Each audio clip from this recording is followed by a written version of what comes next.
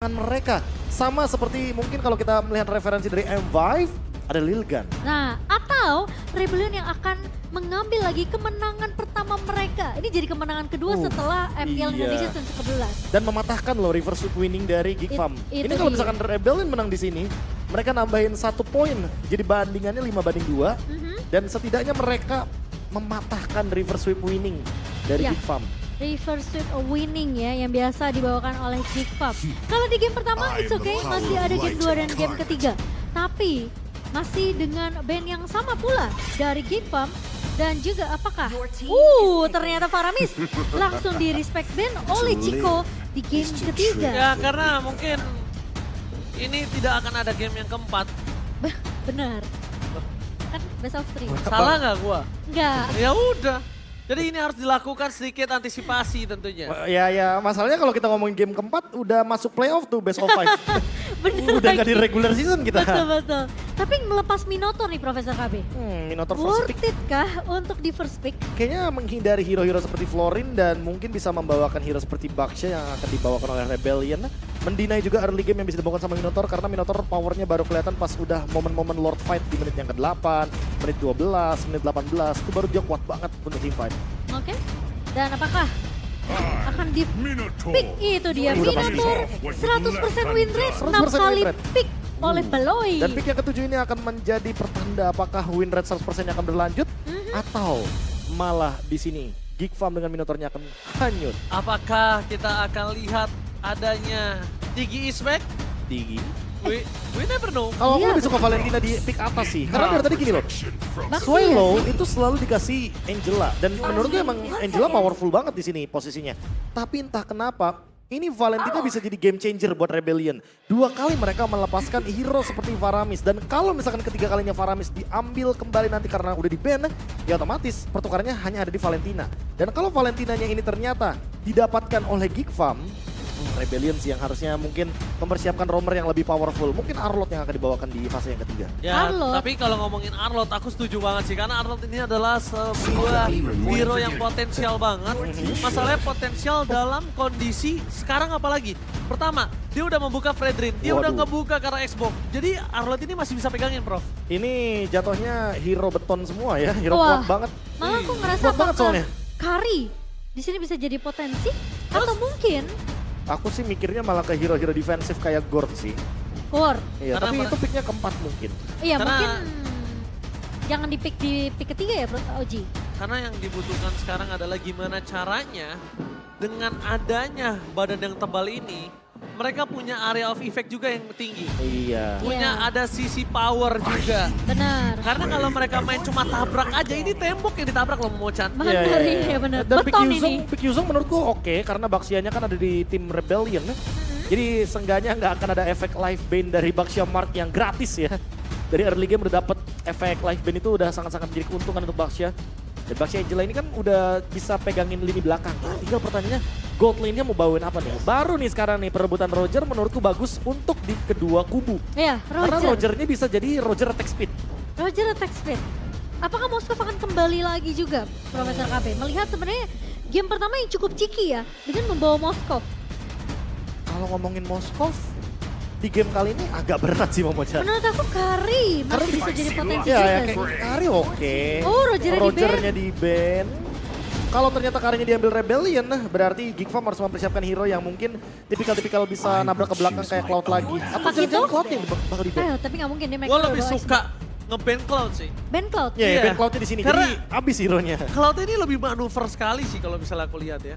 Dia bisa fleksibel banget main dipegang sama hero-hero jalan kaki kayak gini tuh sulit. Iya, Ya kan? setuju. Apalagi pick abis ini kan fix di tangan dari Rebellion. Ya, Rebellion. mereka bisa bawain Kari langsung di sana. Apalagi Cloud dengan Angela. Banyak banget jadi potensial yang bisa dimenangkan dari segi roster line up hero-nya. Cukup flex lah ya, jadi Cukup- hitungannya Iya, untuk iya. dari Rebellion Cukup sendiri. power. Dan kalau Rebellion ternyata pick keempatnya adalah pick untuk Kari, ya kan? Ya berarti otomatis Angelanya bakal di flex. Jadi gampang banget nih untuk nantinya tiba-tiba last picknya entah hero-hero mungkin yang mid laner atau bahkan nanti pick roamer lagi yang lebih powerful kayak Grok contohnya itu bakal menjadi keuntungan untuk Rebellion. Moskov dan juga Cloud sesuai dengan prediksi dari Ranger Mas.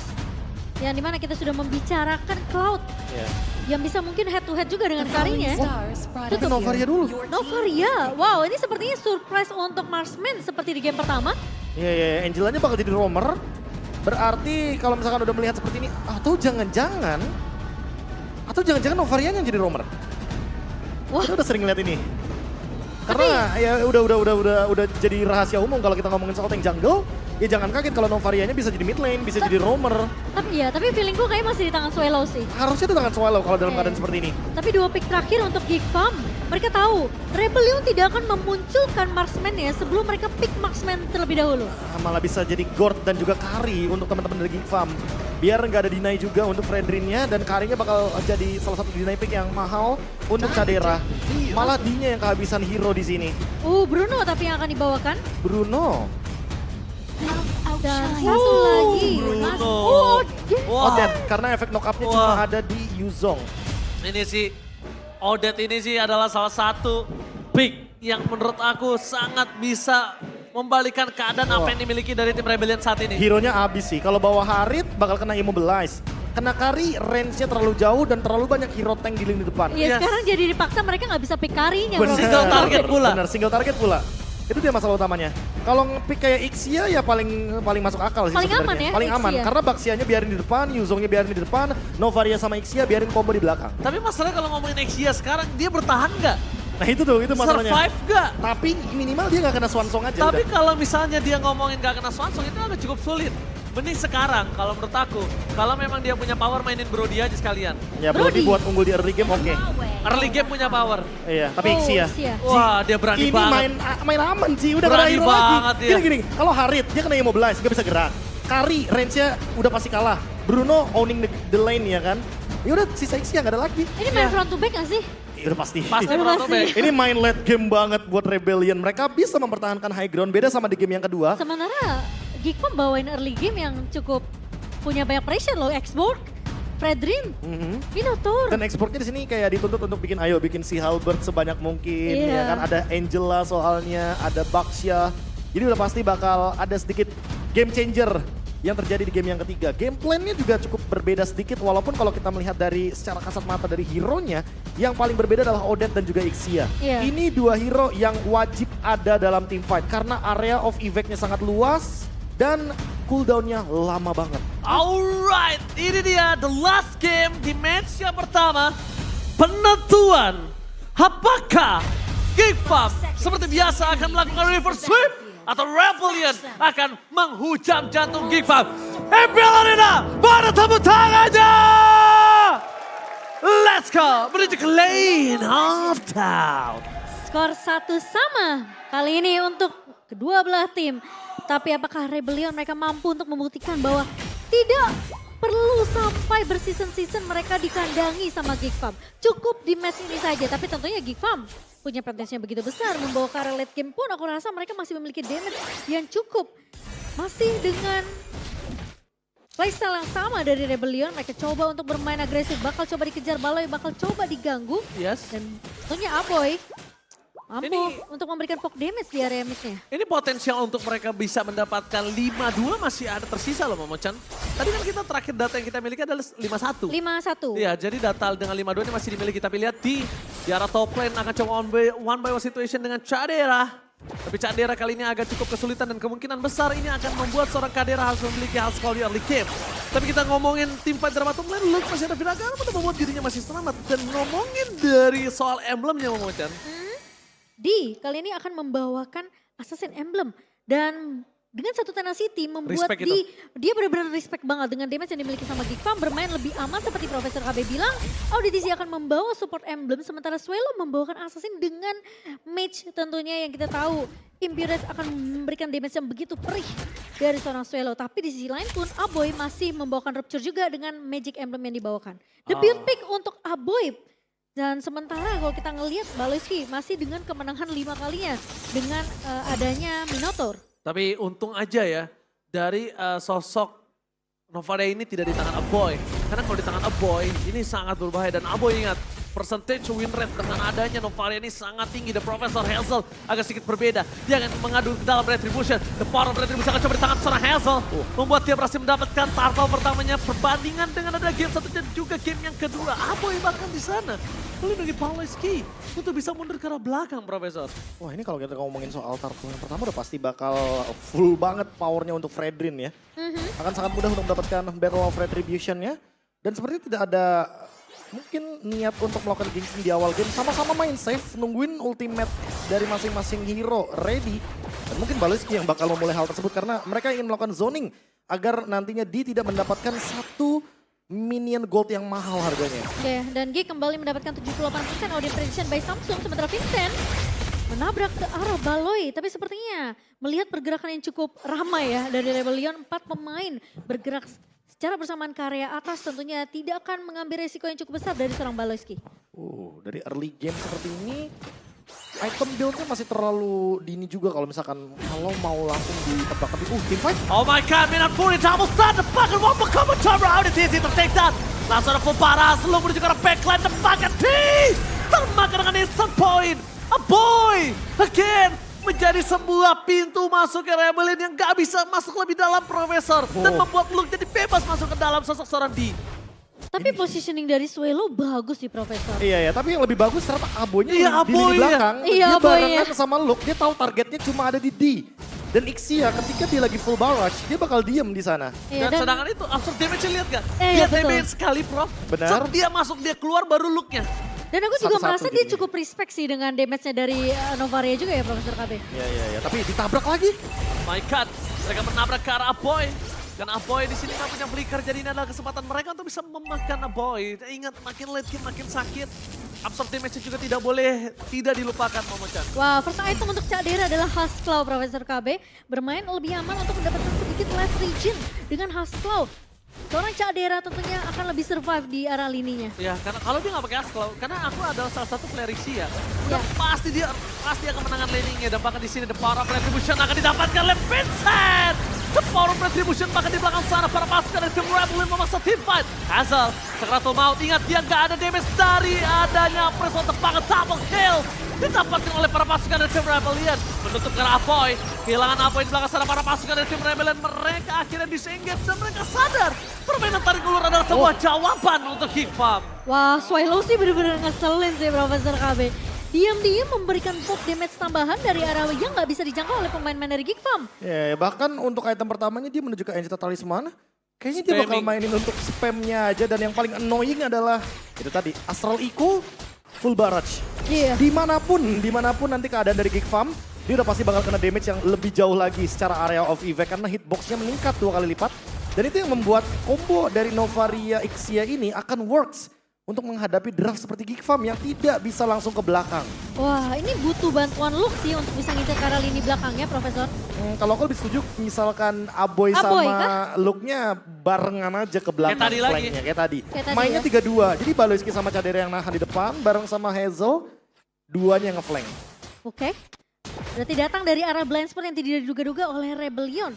Geek Farm, mereka sempat dipatahkan dari team fight-nya di area turtle yang pertama. Lagi-lagi bekat retribution yang begitu on point dari Rebellion. Vincent menunjukkan kelasnya tentunya. Tapi kali ini Geek Farm, berarti team fight-nya ini harus benar-benar rapi dari Geek Farm, Profesor KB. Setuju. Geek Farm malah nggak boleh kayak buru-buru mungkin untuk mengeluarkan ultimate.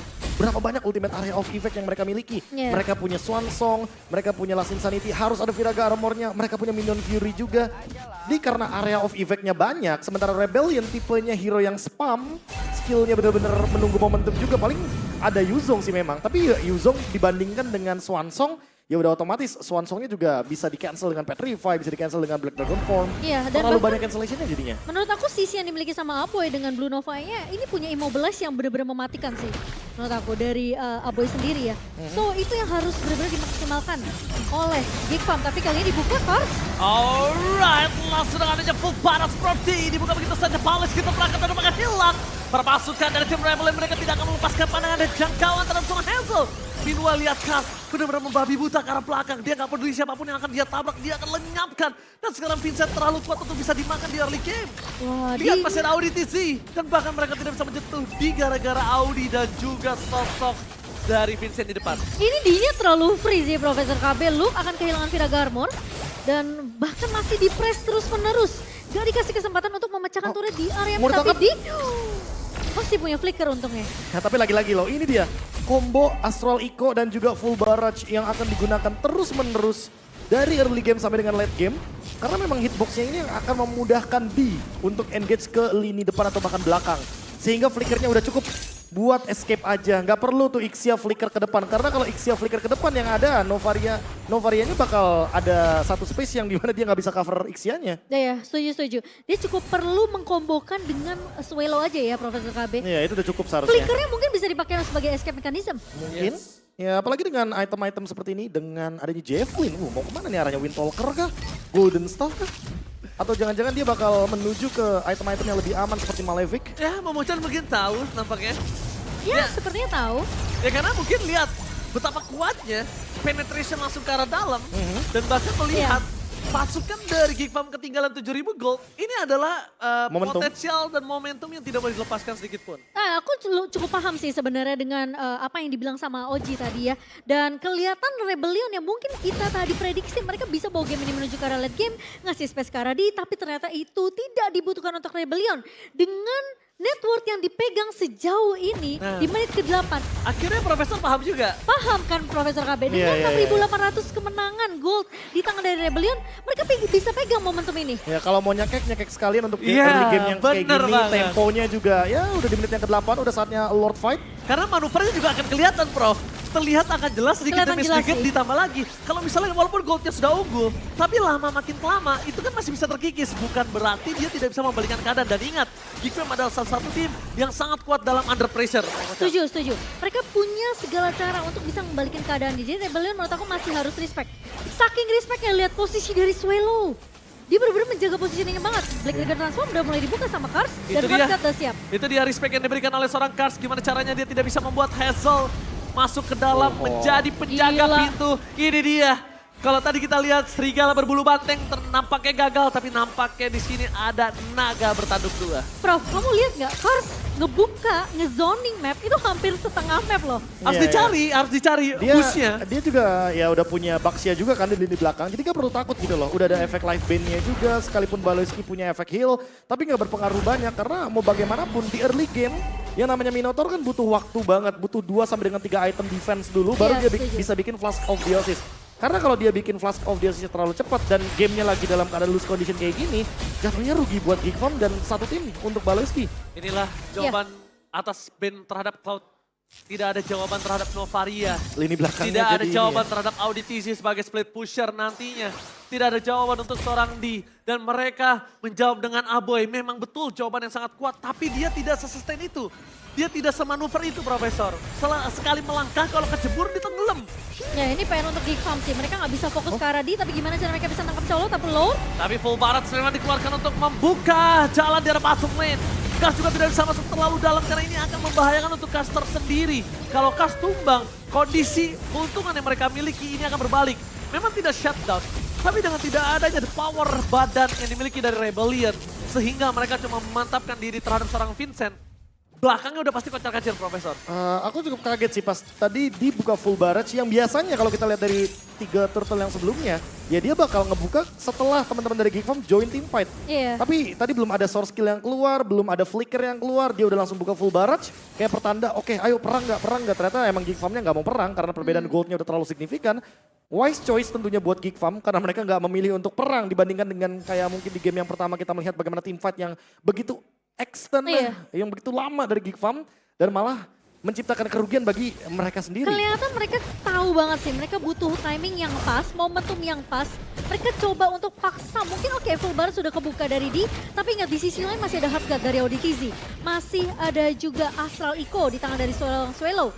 Jadi Geek Farm seperti yang tadi kita udah bahas di early, Geek Farm ini tim fightnya harus rapi banget, kudu wajib. Real time victory rate di mana real time win probability kali ini dipegang oleh Rebellion. Ini bukan tanpa alasan, lihat Ya, 9.000 setuju. gold.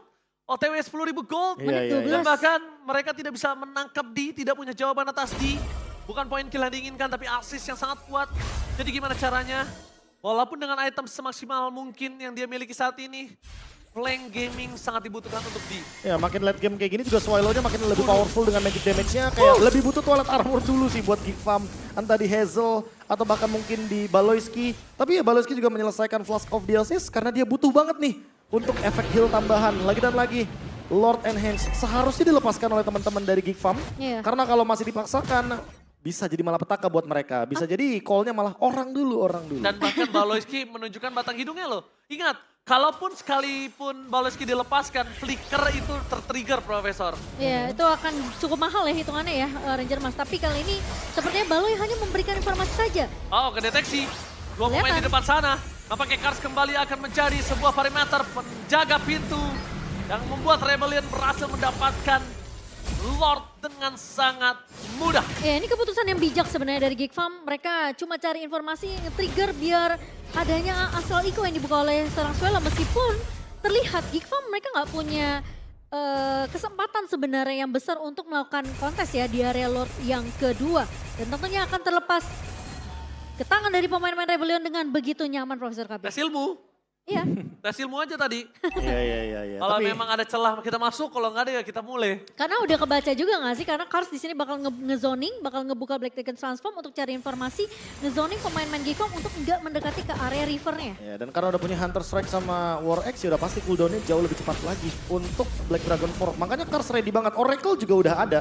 Jadi dia bisa team fight lagi untuk sekarang dengan Black Dragon Form. Oke, tapi yang harus diperhatikan kali ini adalah gimana caranya mereka menutup ke arah di belum terlihat batang hidungnya. Masih terlalu jauh di arah belakang. Lord di arah bottom lane pun berhasil mendapatkan Lord, tapi lihat low fokus sekarang di flicker telah dikeluarkan. Baloyski dengan adanya guncangan yang tidak berhasil membuat para pasukan dari Rebellion mendapatkan keuntungan. Mereka membuat Medan Fury ini benar-benar nothing. Dan tampaknya satu hal yang mungkin harus mereka perhatikan. Vincent masuk ke dalam untuk memaksa tim Dapur Barat. Kembali lagi menjadi damage terbesar yang dikeluarkan oleh pasukan Ancient Rebellion. Nampaknya Hazel tidak bisa menahan damage yang diberikan. Tapi lihat, teriakan dihabisi di MPL Arena telah berkumandang. Dan bahkan Kadera, Blast of the Oasis have the day for this time. Tapi ingat, tidak ada yang bisa menyentuh D dengan dirasuki oleh seorang Auditisi. Lu menuju ke arah belakang, damage tidak terlalu cukup. Dan bahkan Luke yang harus hilang dengan adanya immortality untuk yang mereka masih selamat di Objective Gaming seperti di game sebelumnya. Masih coba digocek begitu saja. One last Sylvan of Nature, satu TK untuk Kadera. Tapi lihat, Sampate berhasil menundukkan Geek Farm. Kemenangan yang membuat angka menjadi 5-2 after